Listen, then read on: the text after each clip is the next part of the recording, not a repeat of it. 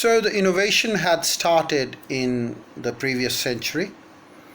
It started in 1970s, should I say. And then cricket found its venues in non-cricketing nations.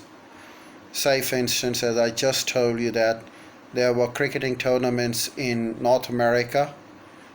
Talk about Canada, talk about USA, talk about uh, Asia Pacific region, talk about Hong Kong, talk about Singapore, and talk about some of the other nations.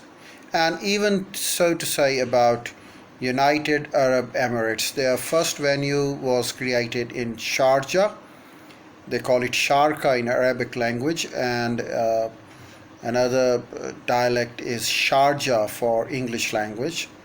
Uh, Sharjah emerged as a very popular cricketing venue for international cricket, so to say, the one day internationals. And there was Astro Asia Cup in Sharjah. There were different one day series in Sharjah, so Sharjah became very popular. With Sharjah, another venue developed in Dubai, and then they developed another venue in another country, Qatar, and so it continued. And with the 21st century, there were more and more nations coming to cricket. Earlier, there were only test playing cricket nations, but thereafter, there arose large number of cricketing nations, and they were for more so for one day international. They didn't have the status of playing test cricket, of course.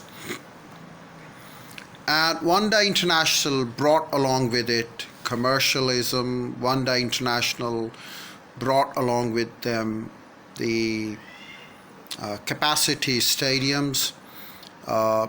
One day international brought along with them glamour to cricket. And cricket had become desirable, which was certainly a very boring game in the before 1970s of the previous century. So the managers, in fact, the organizers of the event, had brought something out of it, and the matches between England and Australia, which were known as Ashes series, they were popular, but they were not as popular as they became the matches between Pakistan and India. And more so, their games were those of one day international, and it was in 1980s, probably in 85, 86 series, when Pakistan managed to defeat India in an Austro-Asia Cup, and it was the final where popular Javed Miandad hit a sixer on the last ball to claim the trophy, to claim the match, to claim the tournament, and they became the champions. And well, it brought more and more people to the venue. The stadiums got filled, and in a way there were the rivalry between the two nations, and it was well represented in the sports. And some of the people also say that well, the two nations decided to deal their sovereign terms on the playground rather than going on their active borders.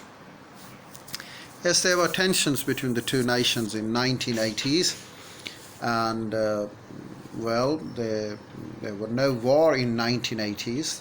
Yes, there was a war in 1970s. Yes, there was a war in 1960s.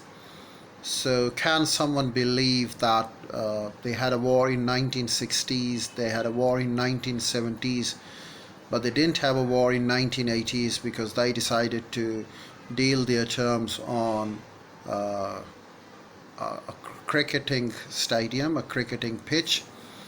Well, that may not be true, so to deal with two sovereign nations, but this is how the experts do talk about the sport, do talk about the game, and it continued in the years to come, the forthcoming years, as the nations continued themselves in cricket.